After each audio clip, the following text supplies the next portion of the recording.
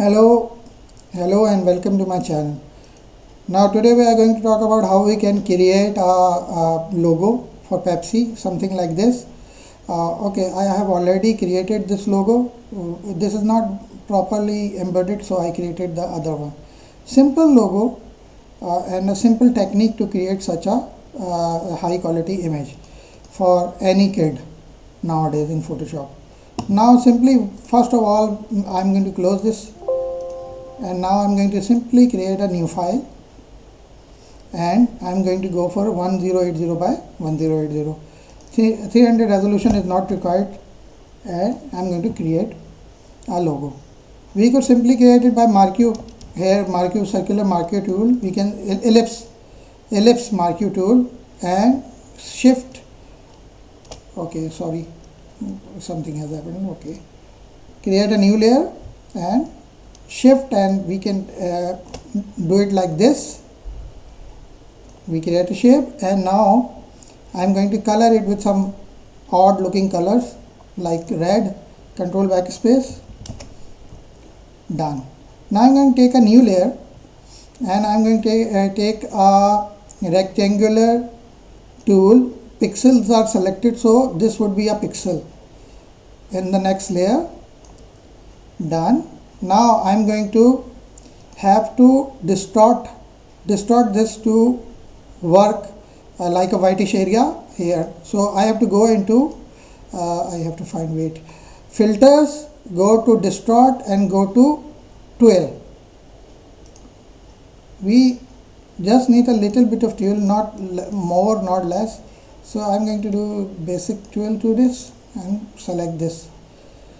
Before that, I will simply come here and control click here, come here and control shift J. Why I am doing this? To move the black area out of here. So this is now blended.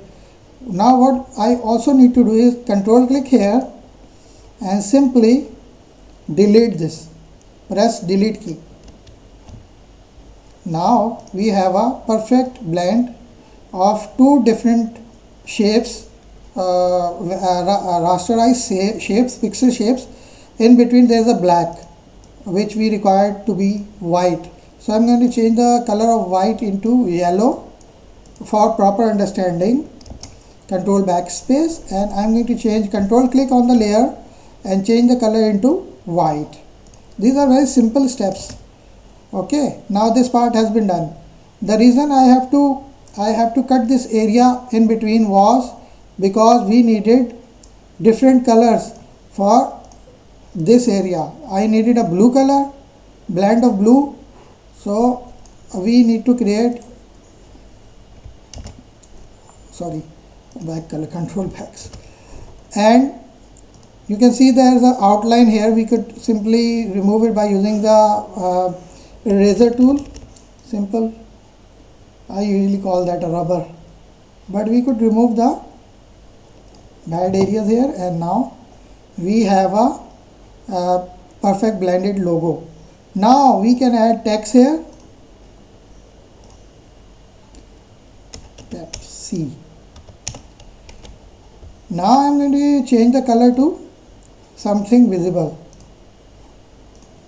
Now simply I'm going to control T to transform this into text here. We can now make different sorts of modifications to this. Now I could select this and merge the layer into a one logo piece, and now I could go to layer and layer styles and apply bevel and emboss effect, which is really not required here because we have to blend it with the can, but we could do it. We could increase the quality, we could do something, or drop shadow.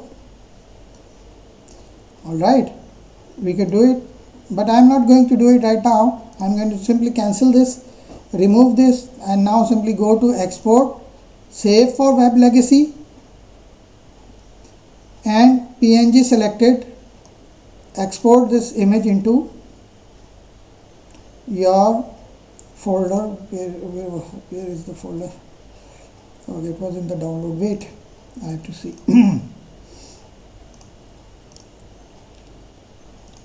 okay, PC download link, okay. Now we have to save this logo.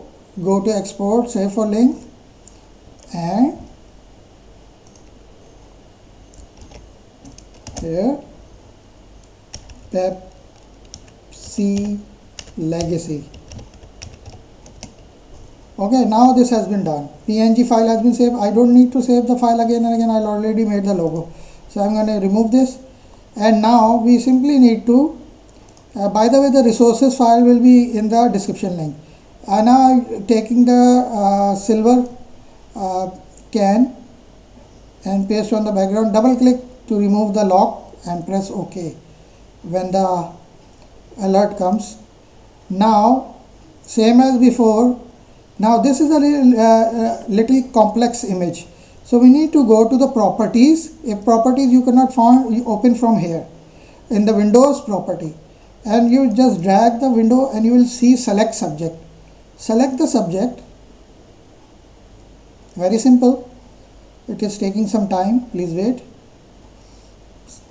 Okay. Then Control Shift J to move the can to the next layer. You can see that there is a hole in the universe right now. Now we could simply go in this place and take the logo we created and place it over to our can.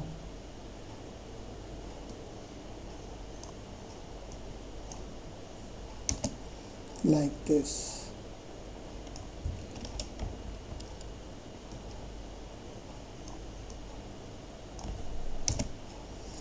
We are not doing any sort of fancy things here, but we are simply putting the logo on the can. And why we had to move the object, I'm just going to show you now.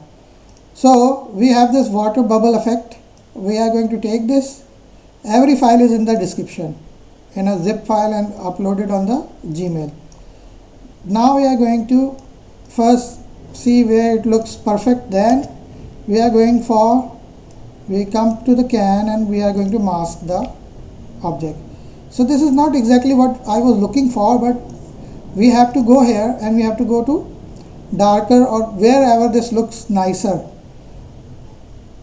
Okay, now here it is nice. Now I have to add the logo as well. Okay, so we can drag and drag the objects everywhere. Now this file Splash is in Illustrator. If you don't know Illustrator, then there will be a problem.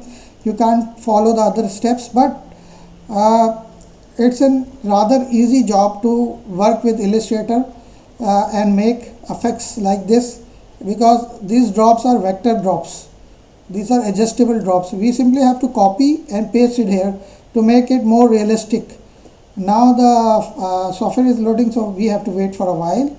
When that is done, so this is a vector-based software which is Adobe Illustrator 2023. I think 2023 is the version I am using. So we are going to simply drag the objects on the cans here. Okay, there are a couple of things I wanted to check if I could burn the area to make it, but this is smart object, so this is not working. We have to merge this into rasterize it to somehow. I have to rasterize this, then I can apply burn effect to make it little darker here. See, burn tool gives the effect of shades. It's giving shades here. So this is the way usually we produce quality. I think this is too much.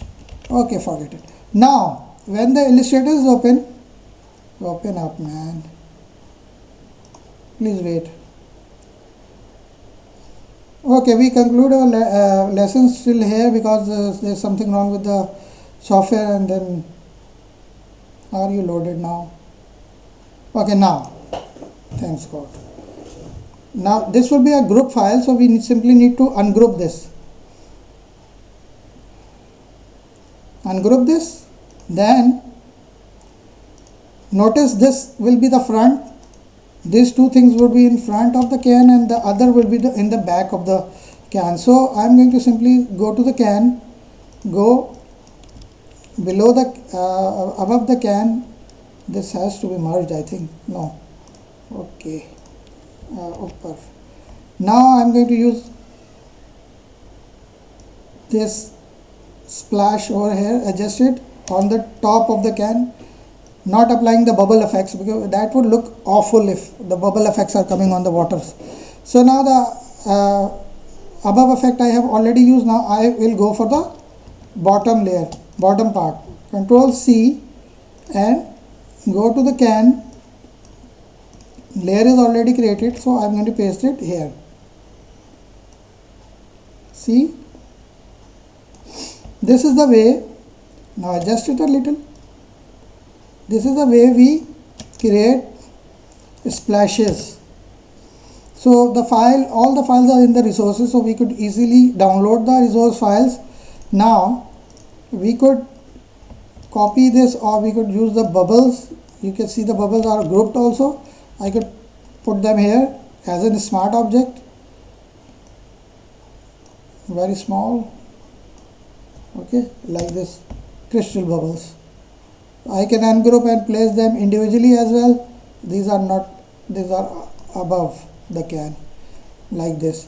Now I could take the file from here, Control C and Control V, and paste them like this.